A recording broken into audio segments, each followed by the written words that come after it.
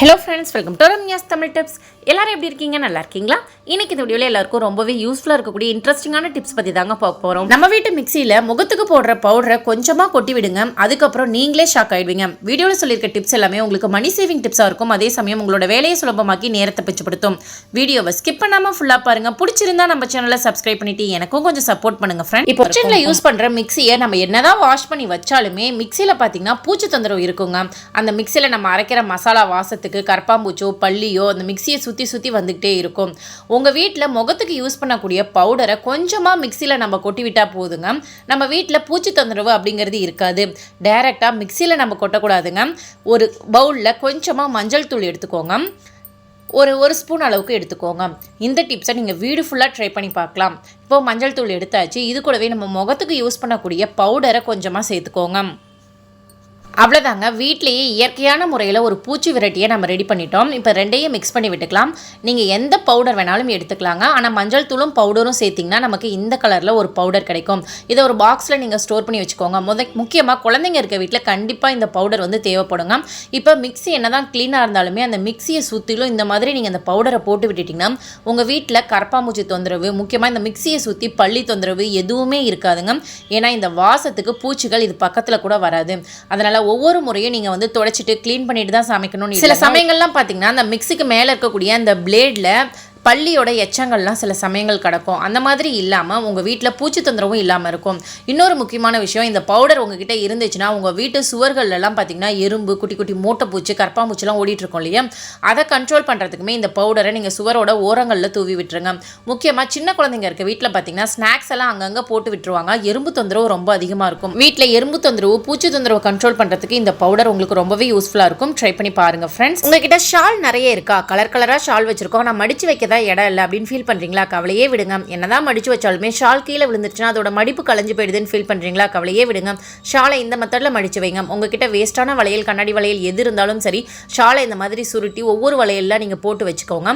இந்த வளையலை ஒரு ஹேங்கரில் மாட்டி விட்டுக்கலாம். அப்படி இல்லைனா பீரோவில் ஒரு மூலையில் நீங்கள் அடுக்கி வச்சுக்கலாம்.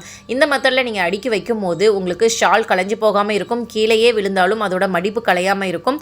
கொஞ்சம் இடத்துலையே நிறைய ஷால் நீங்கள் அடுக்கி வச்சுக்கலாம். நெக்ஸ்ட் நம்மளோட சப்ஸ்கிரைபர்ஸில் ஒருத்தவங்க கேட்டிருந்தாங்க, பூனம் சாரியை எப்படி மடிச்சு வைக்கிறது அப்படின்னு சொல்லிட்டு. 4 மடிச்சு 8 மடிச்சுக்கோங்க. இது மடிப்பு கலையவே கலையாதுங்க. நீங்களா கையை வச்சு இழுக்கிற வரைக்கும் மடிப்பு கலையாது. அடுத்து அடியிலிருந்து ஒரு மடிப்பு மடிச்சுக்கோங்க. திரும்ப இந்த பக்கம் இருக்கிறத மடித்து ஒரு பேக்கெட் மாதிரி உங்களுக்கு கிடைக்கும். அந்த பேக்கெட் கூட எக்ஸ்ட்ரா இருக்கக்கூடிய துணிகள் எல்லாத்தையுமே வீடியோவில் காமிச்ச மாதிரி செஞ்சிங்கன்னா ரொம்ப ஈஸியாக இருக்குங்க. இந்த மெத்தடில் பூனம் சாரி, பட்டு சாரி அல்லது காட்டன் சாரி மேக்ஸிமம் இந்த மெத்தடில் மடிக்க வேண்டாம். நார்மல் சாரி எல்லாத்தையும் இந்த மெத்தடில் தலகாணி மாதிரி மடித்து வச்சிட்டிங்க அப்படின்னா எத்தனை வருஷம் ஆனாலுமே கலைஞ்சு போகாது. கீழேயே விழுந்தாலும் அது மடிப்பு கலையவே கலையாதுங்க. நான் தூக்கி போட்டு கூட காமிக்கிறேன். பீரோவிலேருந்து தவறி கீழே விழுந்தாலும் மடிப்பு கலையாது. நெக்ஸ்ட்டு காட்டன் சாரி எப்படி மடிக்கிறதுன்னு கேட்குறீங்க. ஒரிஜினல் காட்டனாக இருந்தால் ஒரு முறை இப்படி மடித்து வச்சுட்டிங்கனாவே எத்தனை டைம் கீழே விழுந்தாலுமே மடிப்பு கலையாதுங்க. டக்குன்னு நம்ம மடித்து வச்சிடலாம்.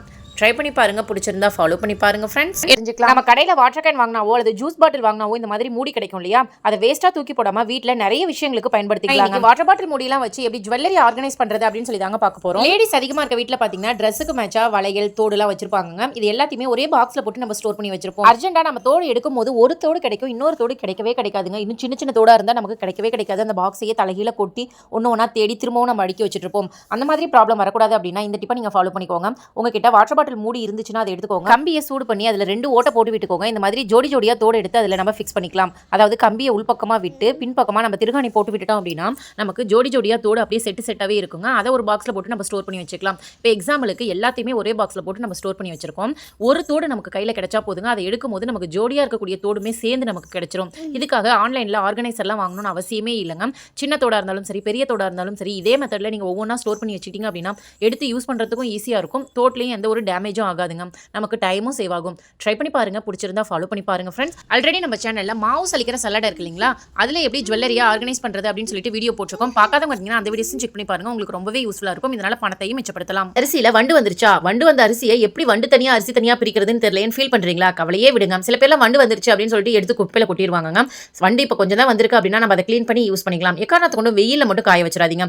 சரி, இப்போ வண்டு தனியா அரிசி தனியா பிரிச்சு எடுக்கிறதுக்கு அந்த காலத்துல முறம் யூஸ் பண்ணி புடைப்பா. இப்ப இருக்க பெண்களுக்குலாம் பாத்தீங்கன்னா முறம் இருக்கு, ஆனா புடைக்க தெரியலங்க. இன்க்ளூடிங் மீ, எனக்குமே தெரியாது. ஆனா வீட்ல முறம் வச்சிருக்கோம். ஆனா ஒரு சிலர் பாத்தீங்கன்னா சூப்பரா செய்றாங்க. இப்போ வண்டு தனியா அரிசி தனியா பிரிக்கிறதுக்கு தேங்காய் எண்ணெய் எடுத்துக்கோங்க. கை ஃபுல்லா அப்ளை பண்ணிட்டு அரிசி ஸ்டோர் பண்ணி வைக்கிற பாக்ஸோட உள் பகுதியில ஃபுல்லாவே அப்ளை பண்ணி விட்டுருங்க. அப்ளை பண்ணிட்டு உள்ள இருக்கக்கூடிய அரிசியை நல்லா வந்து குலுக்கி விட்டுருங்க. இந்த மாதிரி குலுக்கி விடும் போது அடியில இருக்கக்கூடிய வண்டு எல்லாமே நமக்கு மேல வந்து தப்பிச்சு ஓட பார்க்கும். அப்ப அதுல எண்ணெய் இருக்கிறதுனால அதுல போய் ஒட்டிக்குங்க. ஒரு 2 நிமிஷம் கழிச்சு நீங்க வந்து பாருங்க. அதாவது மூடி வச்சிருங்க.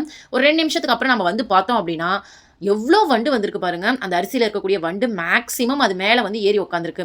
2 நிமிஷத்துக்கே இந்த மாதிரினா நைட்டு ஃபுல்லாக நீங்கள் அதே மூடி வச்சிட்டிங்க அப்படின்னா அதில் இருக்கக்கூடிய வண்டு மேக்ஸிமம் 99% எல்லாமே இதில் ஒட்டிட்டு வந்துருங்க.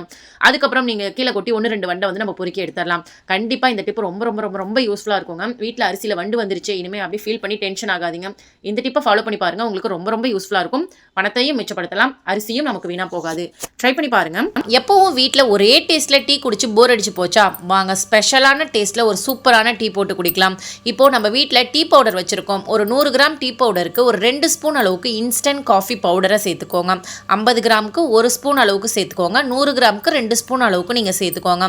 சேர்த்து நல்லா குலுக்கி விட்டு மிக்ஸ் பண்ணி வச்சுக்கோங்க. அது கூடவே 4-5 ஏலக்காயை பொடி பண்ணி சேர்த்துக்கலாம். அப்படி இல்லைனா புதினா இலைகளை பொடி பண்ணி சேர்த்துக்கலாம். உங்களுக்கு என்ன ஃப்ளேவர் பிடிக்குமோ அதை நீங்கள் சேர்த்துக்கிட்டீங்க அப்படின்னா வித்தியாசமான முறையில் ஒரு சூப்பரான டேஸ்ட்டில் டீ ரெடி ஆகிடுங்க. ட்ரை பண்ணி பாருங்க. நம்ம வீட்டில் துணிக்காய வைக்கிற கிளிப் இருக்கு இல்லையா, இதை வச்சு எக்கச்சக்கமான டிப்ஸ் இருக்குங்க. ஆல்ரெடி நம்ம சேனலில் இதை வச்சு என்னென்ன விஷயங்கள்லாம் பண்ணலாம் அப்படின்னு சொல்லிட்டு நிறைய வீடியோஸ் அப்லோட் பண்ணியிருக்கோம். பார்க்காதவங்க இருந்தீங்கன்னா ட்ரை பண்ணி பாருங்க. இந்த கிளிப்லாம் மேக்ஸிமம் பார்த்தீங்கன்னா நம்ம பிளாஸ்டிக்கில் வாங்குவோம். பிளாஸ்டிக்லாம் ஒரு 4-5 மாதத்துலேயே பார்த்தீங்கன்னா சீக்கிரம் உடஞ்சி போயிடும். என்னதான் ஸ்ட்ராங்கான பிளாஸ்டிக் வாங்கினாலுமே சீக்கிரம் உடஞ்சி போயிடும். இந்த கிளிப்லாம் சீக்கிரம் உடஞ்சி போகாமல் இருக்கிறதுக்கு ஒரு சூப்பரான ஐடியா.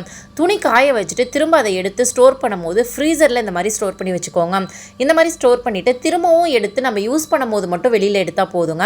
அது வரைக்கும் திரும்பவும் ஃப்ரீசர்லேயே இருக்கட்டும். இந்த மெத்தடை நீங்கள் ஃபாலோ பண்ணும்போது உங்களுக்கு துணிக்காய வைக்கிற கிளிப்பு 2-3 வருஷத்துக்கு வீணாக போகாமல் இருக்கும். ட்ரை பண்ணி பாருங்கள். பிடிச்சிருந்தா ஃபாலோ பண்ணி பாருங்கள் ஃப்ரெண்ட்ஸ். துணிக்காய வைக்கிற கிளிப்பை வேறு எந்த விஷயங்களுக்கெல்லாம் பயன்படுத்தலாம் அப்படின்னு தெரிஞ்சுக்கணும்னா நம்ம வீடியோஸை செக் பண்ணி பாருங்கள் ஃப்ரெண்ட்ஸ். உங்களுக்கு நரமுடி பிரச்சனை இருக்குது அப்படின்னா கண்டிப்பாக இந்த வீடியோ உங்களுக்கு ரொம்பவே யூஸ்ஃபுல்லாக இருக்குங்க.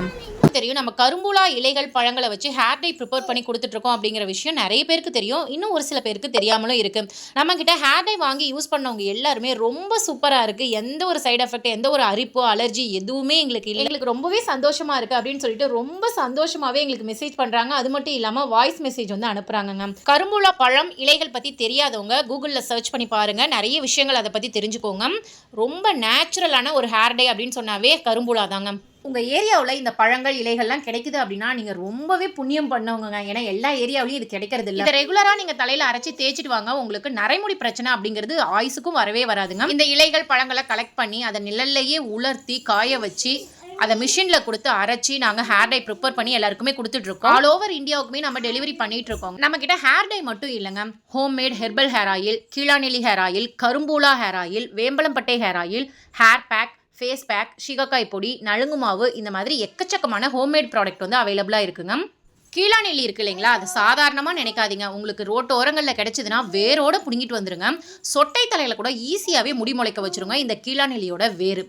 கீழாநெல்லியோட இலை, தண்டு, வேர் எல்லாமே நம்ம எண்ணெயோட சேர்த்து காய்ச்ச போகிறோங்க. இது கூட இன்னும் ஒரு சில பொருட்கள் சேர்த்து தான் காய்ச்ச போகிறோம்.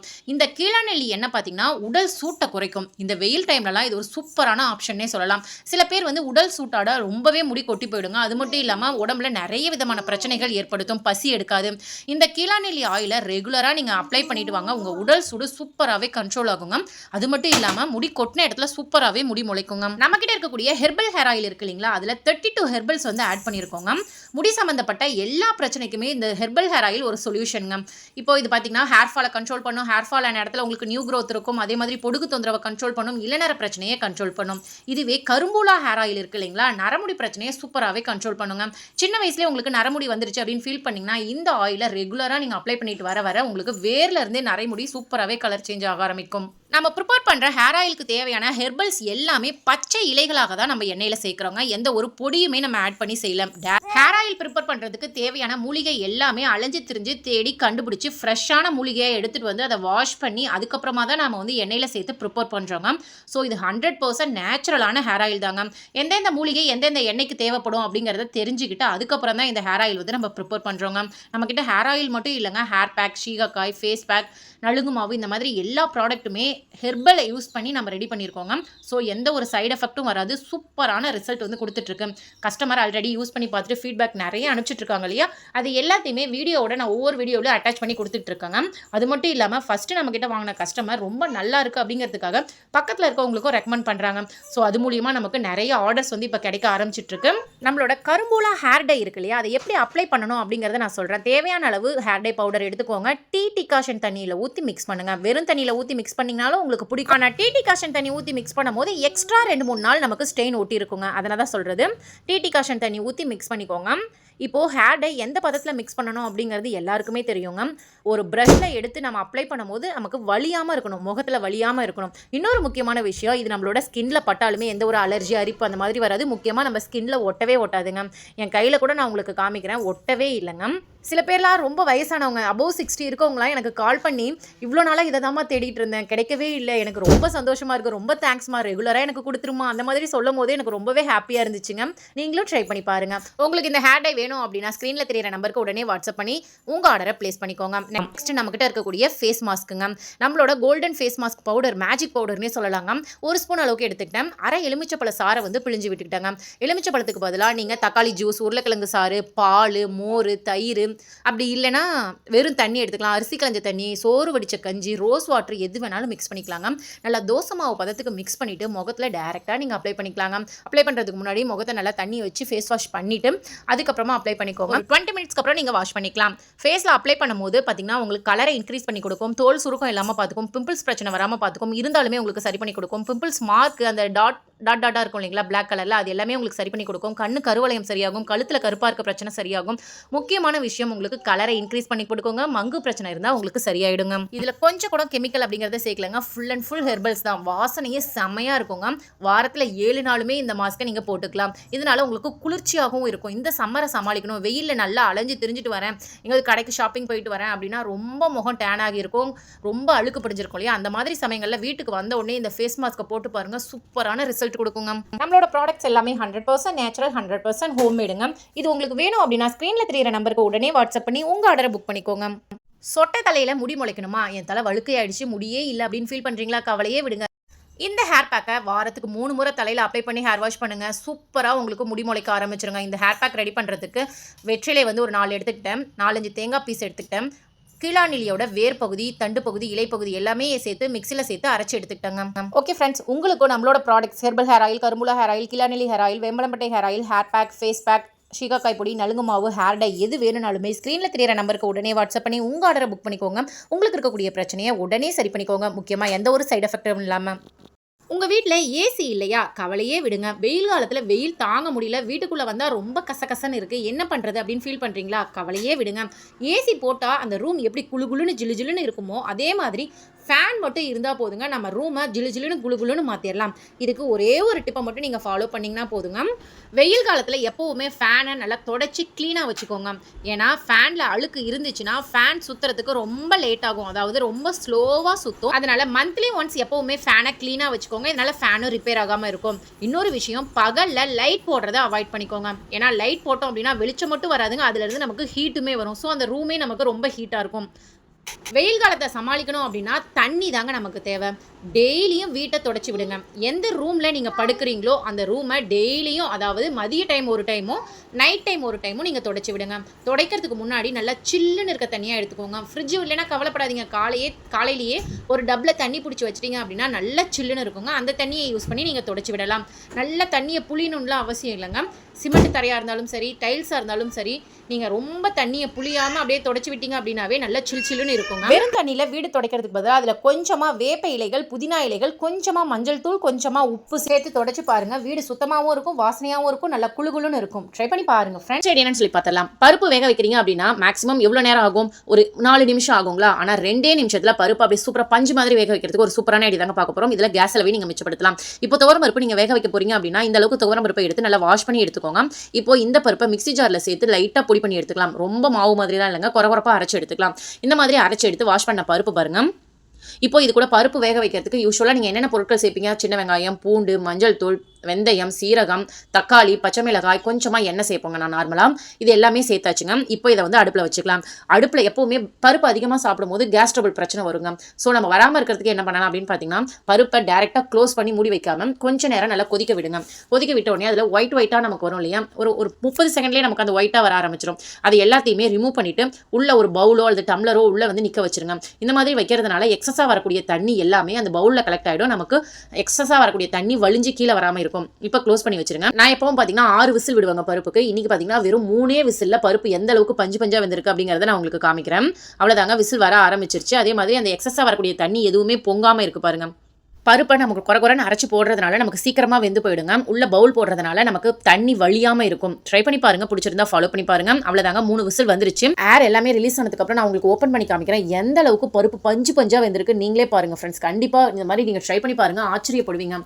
அதாவது 5 நிமிஷம் வேக வேண்டிய பருப்பு நமக்கு 2 நிமிஷத்தில் வெந்து கிடச்சிருங்க. கேஸ் அளவையும் மிச்சப்படுத்திடலாம், பணத்தையும் மிச்சப்படுத்திடலாம், நேரமும் மிச்சமாகும். இந்த எக்ஸஸாக இருக்கக்கூடிய தண்ணியை ரசத்தில் கலந்து விட்டுருங்க. அப்படி இல்லைன்னா குழந்தைங்களுக்கு சூப்பு மாதிரி நீங்கள் ரெடி பண்ணி கொடுக்கலாம். கண்டிப்பாக ரொம்ப சத்தானதுங்க. துவரம்பருப்பு அப்படிங்கிறதுனால நம்ம விசில் விட்டாங்க, 3 விசில் வச்சோம். அதுவே பாசிப்பருப்பு, பைத்தம்பருப்புலாம் இருக்கு இல்லைங்களா, அதெல்லாம் நீங்கள் விசிலே வைக்க தேவையில்ல, 1 நிமிஷம் வேக வச்சு டக்குன்னு எடுத்துடலாம். அந்த அளவுக்கு சாஃப்டாக வெந்திருக்கும். ட்ரை பண்ணி பாருங்க ஃப்ரெண்ட்ஸ். இப்போ நெக்ஸ்ட் ஐடியா என்னன்னு சொல்லி பார்த்தலாம். பெண்கள் அப்படின்னாவே மருதாணி வைக்கிறது அப்படிங்கிறது எல்லாருக்குமே பிடிக்குங்க. இப்போ தான் வந்துச்சு இந்த கோனு, ஃபாஸ்ட் கோனு இந்த மாதிரிலாம். ஆனால் மருதாணியிலே கோன் வைக்கிற மாதிரி எவ்வளோ அழகழகான டிசைன் வந்து போடலாம் தெரியுங்களா. அது சிவப்பாக இருக்கும் போது நம்ம கை பார்க்கறதுக்கு அவ்வளோ அழகாக இருக்குங்க. பெண்களுக்கு மருதாணி ரொம்ப ரொம்ப அழகு. எனக்கு ரொம்பவே பிடிக்குங்க. எப்போல்லாம் கிடைக்குதோ கையில் வச்சுப்பேன். உங்களுக்கு பிடிக்குமா இல்லையா அப்படிங்கிறத கமெண்ட்ல சொல்லுங்க ஃப்ரெண்ட்ஸ். சரி, மருதாணி கையில் வச்சா 2 மணி நேரம் 3 மணி நேரம் வச்சிருக்கணும்னு ஃபீல் பண்றீங்களா? கவலையே விடுங்க, 5 நிமிஷம் வச்சிருந்தீங்கன்னா போதும். ரத்த கலர்ல அப்படியே மருதாணி செக்கச்செவல்னு செவந்திருக்கும். இதுக்காக நல்லா வளைஞ்ச மருதாணி செடியில இருந்து நான் இலைகளை பறிச்சுட்டு வந்துட்டேங்க. ரொம்ப முத்தி போன இலையா பறிக்காம கொஞ்சம் கொழுந்து இலையா பறிச்சு எடுத்துக்கோங்க. இப்போ இது அரைக்கும் போது இது கூட ஒரு 4-5 கிராம்பு, 1 ஸ்பூன் அளவுக்கு வெள்ளை சக்கரை இருக்கு இல்லையா, சுகர், அதை வந்து சேர்த்துக்கோங்க. கொஞ்சமா தண்ணி விட்டு அரைச்சி எடுத்துக்கோங்க. ஆரம்பத்திலே ரொம்ப தண்ணி விட வேண்டாம். இது கூட இன்னொரு பொருள் வந்து சீக்ரெட்டான பொருள் வந்து சேர்க்க போறாங்க. இப்போ அரைச்சி எடுத்துட்டு வந்துட்டேன். இந்த பேஸ்ட்டை நம்ம கொஞ்சமாக ஒரு 10 சொட்டு அளவுக்கு எலுமிச்சை சாறு வந்து உள்ளே சேர்த்துக்கோங்க. அதனால தான் நான் முதல்ல தண்ணியை கம்மியாக ஊற்றி அரைங்கன்னு சொன்னேன். சப்போஸ் உங்களுக்கு தண்ணி அதிகமாகிடுச்சின்னு ஃபீல் பண்ணிங்கன்னா ஒரு ஃபில்டரை வச்சு ஃபில்டர் பண்ணிவிட்டு அதுக்கப்புறமா கையில் வச்சு பாருங்கள். தண்ணி வழியாமல் இருக்கும், டிசைன் மாறாமல் இருக்கும். கண்டிப்பாக உங்களுக்கு பிடிச்ச டிசைன் நீங்கள் வைக்கணும்னு ஆசைப்படுறீங்களா? நம்ம சேனல்லையே மருதாணியை வச்சு எந்தெந்த டிசைன்லாம் போடலாம் அப்படின்னு சொல்லிட்டு எக்கச்சக்கமான வீடியோஸ் போட்டிருக்கோங்க. நிறைய பேர் பார்த்துட்டு அதை ட்ரை பண்ணி பார்த்துட்டு எங்களுக்கு ரொம்ப பிடிச்சிருக்கு அப்படின்னு சொல்லியிருந்தாங்க. நீங்களும் ட்ரை பண்ணி பாருங்கள், உங்களுக்கும் கண்டிப்பாக ரொம்ப பிடிக்கும். வெறும் 5 நிமிஷம் மட்டும் கையில் வச்சிருந்தீங்கன்னா போதுங்க, ரத்தம் கலரில் செவந்திருக்கும். குழந்தைங்களுக்கு கூட இதே மெத்தடில் நீங்கள் வச்சு விடலாம். ஏன்னா சின்ன குழந்தைங்களாம் பார்த்தீங்கன்னா ரொம்ப நேரம் கையில் வச்சிருக்க மாட்டாங்க இல்லையா, அதனால் கண்டிப்பாக 5 நிமிஷம் வச்சிருன்னு எப்படியோ பொறுமையாக உட்கார வச்சிட்டோம் அப்படின்னா சூப்பராக செவந்திருக்குங்க. இனிமேல் கெமிக்கல் கலந்த அந்த மெகந்தி கோன்லாம் வாங்குறதுக்கு பதிலாக இயற்கை நமக்கு கொடுத்த ஒரு பிரசாதம்னே சொல்லலாங்க. அந்த அளவுக்கு கை செக்கச்செவல்னு செவக்கும். ட்ரை பண்ணி பாருங்க ஃப்ரெண்ட்ஸ். உங்கள் வீட்டு என்னன்னு சொல்லி பார்த்துடலாங்க. எல்லார் வீட்லையும் அரிசிக்கு அப்புறமா அதிகமாக யூஸ் பண்ணக்கூடிய பொருள்னு பார்த்தீங்கன்னா கோதுமை மாவு தாங்க. கடையில் வாங்குற மாவாக இருந்தாலும் சரி, அது முழு கோதுமையாக வாங்கி அதை நல்லா அலசிட்டு மிஷினில் கொடுத்து அரைச்சிட்டு வர அந்த கோதுமை மாவாக இருந்தாலும் சரி, சீக்கிரமாகவே உங்களுக்கு வண்டு வச்சிருதா? கவலையே விடுங்க. கோதுமை மாவில் வண்டு, பூச்சி, புழு, நூலாம்படை எதுவுமே வராமல் இருக்கிறதுக்கு ஒரு சூப்பரான ஐடியா தாங்க பார்க்க போகிறோம். எப்போவுமே கோதுமை மாவு நீங்கள் வாங்கிட்டு வரீங்க அப்படின்னா அதை நல்லா சலிச்சுட்டு அதுக்கப்புறம் ஸ்டோர் பண்ணி வைங்க. இந்த மெத்தடில் உங்களுக்கு பழைய கோதுமை மாவாக இருந்துச்சுன்னா அதில் ஒரு சில புழுக்கள் இருக்கும், வண்டுக்கள் இருக்கும். அதோட நம்ம ஸ்டோர் பண்ணி வைக்கும் போது எல்லா மாவுமே நமக்கு சீக்கிரமாகவே கெட்டு போயிடுங்க. அதனால் முதல்ல ஒரு அரிசி மாவு சலிக்கிற சலடையை வச்சு ஃபுல்லாகவே சலிச்சு எடுத்துருங்க. நெக்ஸ்ட் இன்னொரு விஷயம் என்ன அப்படின்னு பார்த்தீங்கன்னா, கோதுமை மாவு பாக்ஸில் எப்போவுமே ஈரக்கை, ஈர ஸ்பூனை வந்து யூஸ் பண்ணாதீங்க. ஈரம் லைட்டாக பட்டாலுமே மாவு ஐட்டம் எல்லாமே நமக்கு சீக்கிரம் வீணா போயிடுங்க. கோதுமையை மிஷினில் அரைச்சிட்டு வரும்போது நல்லா சூடாக இருக்குங்க. அந்த மாவை நல்லா பரப்பி விட்டுட்டு ஆற வச்சுட்டு அதுக்கப்புறம் நீங்கள் ஸ்டோர் பண்ணி வைங்க. அப்போ தான் வண்டு பூச்சி புழு வராமல் இருக்கும். சரி, நீங்கள் ஸ்டோர் பண்ணி வச்சதுக்கப்புறம் ஒரு டிஷ்யூ பேப்பரில் 1 ஸ்பூன் அளவுக்கு கல்லுப்பு எடுத்துக்கோங்க. அதுலேயே 1 பிஞ்ச் அளவுக்கு மஞ்சள் தூள் எடுத்துக்கோங்க. இப்போ இது ரெண்டையுமே ஒரு மூட்டை மாதிரி முடிச்சு நம்ம ரப்பர் பேண்ட் போட்டு சுற்றி எடுத்துக்கலாம். ஏன்னா அதில் இருக்கக்கூடிய பொருட்கள் மாவோட கலக்காமல் இருக்கிறதுக்காக. இந்த மாதிரி நீங்கள் கோதுமை மாவில், கடலை மாவில், அரிசி மாவில் போட்டு வச்சிட்டிங்க அப்படின்னா 6 மாதம் என்ன 1 வருஷம் ஆனாலுமே அந்த மாவில் வண்டு பூச்சி புழு நூலாம்படை எதுவுமே வராதுங்க. மாவு அப்படியே ஃப்ரெஷ்ஷாகவே இருக்கும். எப்போ வேணுமோ நீங்கள் எடுத்து யூஸ் பண்ணிக்கலாம்.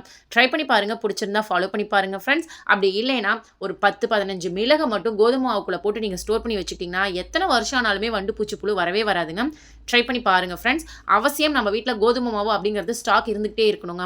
ஏன்னா தீக்காயங்கள் உங்கள் வீட்டில் யாருக்காவது ஏற்படுது அப்படின்னா அந்த கோதுமை மாவை அந்த இடத்துல வைக்கும் போது அந்த இடத்துல இருக்கக்கூடிய அந்த சூடை ஃபுல்லாகவே அப்சர்வ் பண்ணிக்கும். ஸோ அந்த தீக்காயம் வந்து அதிகமாக பரவாமல் இருக்கும். ட்ரை பண்ணி பாருங்கள் ஃப்ரெண்ட்ஸ். நெக்ஸ்ட் ஐடியா என்னன்னு பார்த்தலாம். பார்க்கலாம். இதில் கேஸ் சிலிண்டரை எப்படி மிச்சப்படுத்துறது அப்படின்னு சொல்லி பார்க்க போகிறோங்க. மேக்ஸிமம் பாலை வந்து ஃப்ரிட்ஜில் தான் நம்ம ஸ்டோர் பண்ணி வச்சுருப்போம். சில பேர்லாம் பார்த்தீங்கன்னா ஃப்ரிட்ஜில் இருந்து எடுத்து டேரெக்டாகவே பாத்திரத்தில் ஊற்றி பாலை காய வைப்பாங்க.